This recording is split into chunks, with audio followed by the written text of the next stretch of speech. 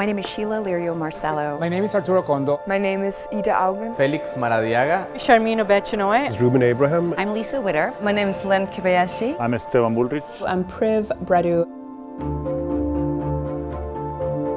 A young global leader is a bold, brave, action-oriented, entrepreneurial leader who decided to use their leadership talents to make the world a better place. As a society, as a community, and as the world, we need to have difficult conversations if we are to overcome the problems. For the first time, I can see that everybody from government and companies and social innovators are trying to bring new ideas into the table. The YGL community offers a platform for young leaders to share their ideas and to agree on common values so they could be more effective on the work that we all do in trying to change the world. It's simply one of the most remarkable groups of people that I've ever interacted with, and yet actually having their feet to the ground. The community is made up of leaders from all walks of life. 50% are business leaders, we have societal leaders, social entrepreneurs, politicians, intellectual and academic leaders from over 70 different countries around the world. More than 42% of our community are women leaders.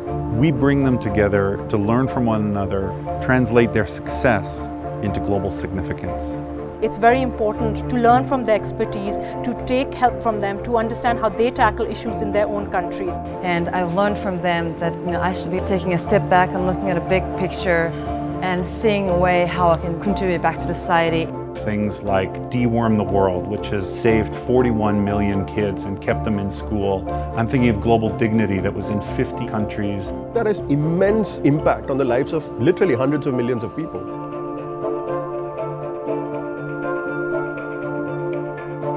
A group of us YGLs who are visiting a community in Lima of indigenous people from the Amazon to reimagine what a community looks like made out of Legos, to look at what are some of the things the community might need to help it thrive and have less violence.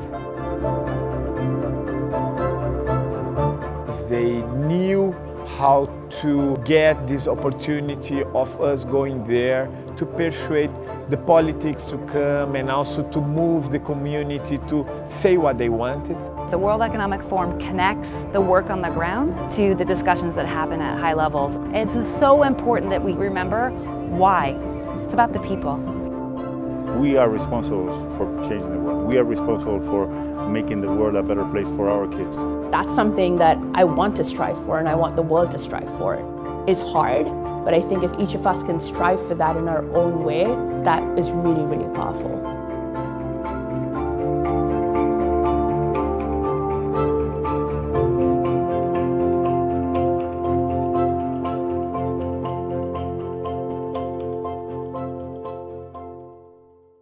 For 72 years, this building has been the home of the Blue Diamond, the 1st Marine Division. For 31 of those years, our country's been at war. That means that our division has been in the fight. No fight can be won unless we win the squad battle. Early in March, the Commandant approved the Squad Leader Development Program as a way to formally educate and develop our infantry non-commissioned officers currently serving in leadership billets. Yeah, SLDP is a Squad Leader Development Program, pretty much part of the 36th Commandant's Envisionment for Expeditionary Force Development. In essence, what's allowing us to do as an organization is educate our infantry small unit leaders without the distractions of deployments, training exercises, and regular battalion training, get them back in those battalions ready to go for deployments. Squad Leader is the most important small unit leader. He owns those Marines. He's a direct right-hand man of that platoon sergeant, that platoon commander, company commander, and that battalion commander. He has day-to-day contact with those Marines. He feeds them, he waters them, he trains them, he heals them. He's the man. He owns them. To have the ability to get an NCO to actually get him formal school trained for his MOS progression and his EPME progression, and then get him back in that unit, full up around, educated, trained, maturity, and putting that information and education to work from start to finish without interruption is just an invaluable asset to us. SLDP program has 2 tracks, one of which allows you to become a combat instructor either in Camp Geiger, North Carolina, or here in Camp Pendleton, California. Either track allows the Marine Corps to have more developed squad leaders that can lead Marines in combat. actually operate and force track, very similar to what was around the Marine Corps about 8 years ago in regards to retention bonuses for OPFOR. The intent is to put them at a battalion at D-365, about 12 months prior to that unit's deployment, to institutionalize and get that total unity of the small unit leadership at the front of a training cycle and the cohesiveness all the way throughout deployment. If a Marine wants to get more information about the program, they can reach out to their unit's career planner and find out more about the way ahead. We have a sacred obligation to the families of America to ensure that we place not the most available, but the most talented and the most capable squad leaders we have in charge of our units as they leave the wire. The tactical decisions that our squad leaders are making have strategic implications. Reporting from the historic 1st Marine Division, this is Staff Sergeant Wayne Edmiston.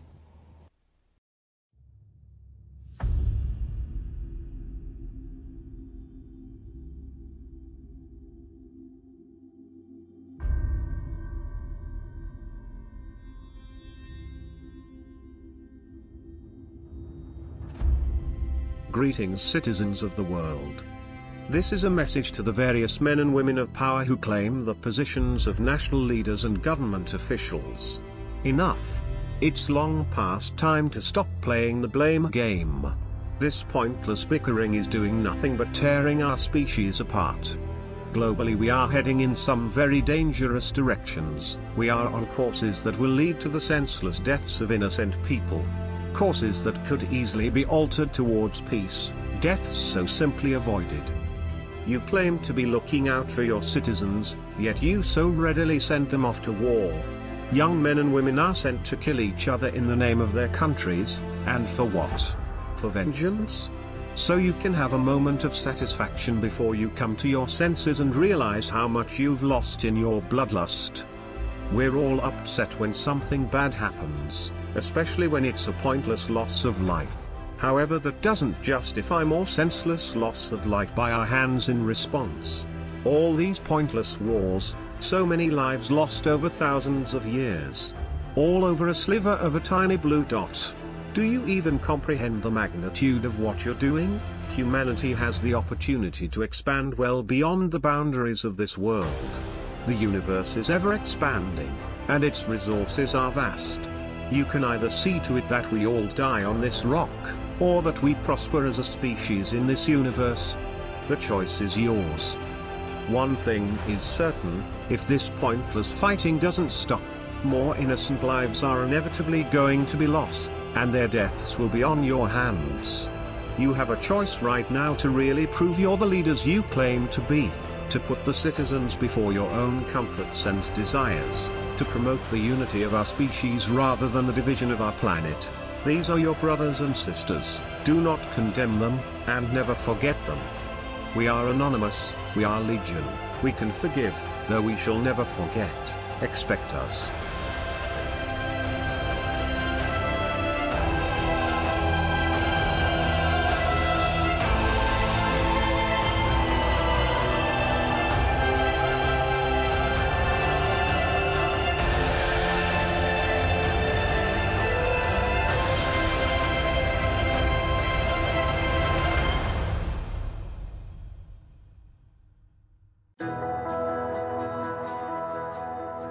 The key is that teachers are closest to the most essential piece of the puzzle, and those are the students.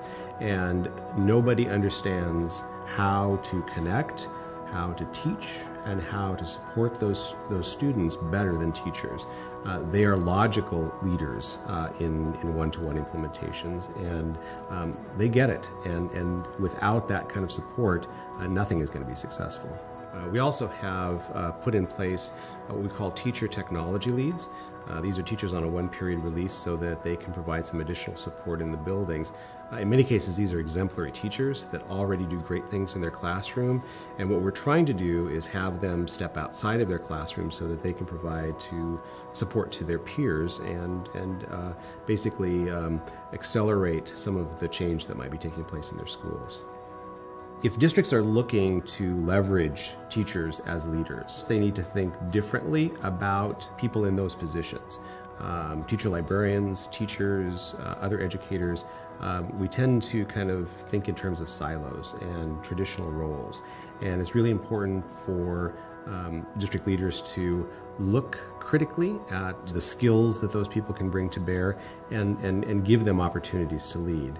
I would say, have realistic expectations for what's going to happen. As much as there's a learning curve for students, there is very much for adults too, for teachers. And there has to be buy-in from the teachers to say, yes, we're going to use this device because it's going to help out with learning. It's not going to be something that is going to change my teaching in the sense of I don't have to teach anymore. It's going to be something that's going to advance our teaching, and we have to be open-minded about that. I was a classroom teacher. I taught high school English for 10 years before becoming a librarian. So we understand the classroom, we understand students' needs. We end up playing this really interesting role where we're kind of a bridge between ideas that are happening at the district level and the classroom, and there can be such a disconnect between those two places. So when I first got on board, we were oftentimes the last to know about any kind of curricular changes that were happening. At this point in time, quite often we're involved with those decisions or even involved in helping to create the curriculum. As a result, we can then bring it into the building and translate it to teachers, to classroom teachers, so that they understand why we're doing what we're doing and what it looks like and how it might benefit students. For us, this is about a culture that invites and empowers frontline practitioners to act with focus and coherency around our strategic vision. It's about creating ubiquitous leadership, giving permission, and empowering people to work in such a way that advances that vision in a way that positively impacts student learning and student achievement. Trust is about empowerment and creating permission for people to take risks in such a way that enables them to innovate, to iterate,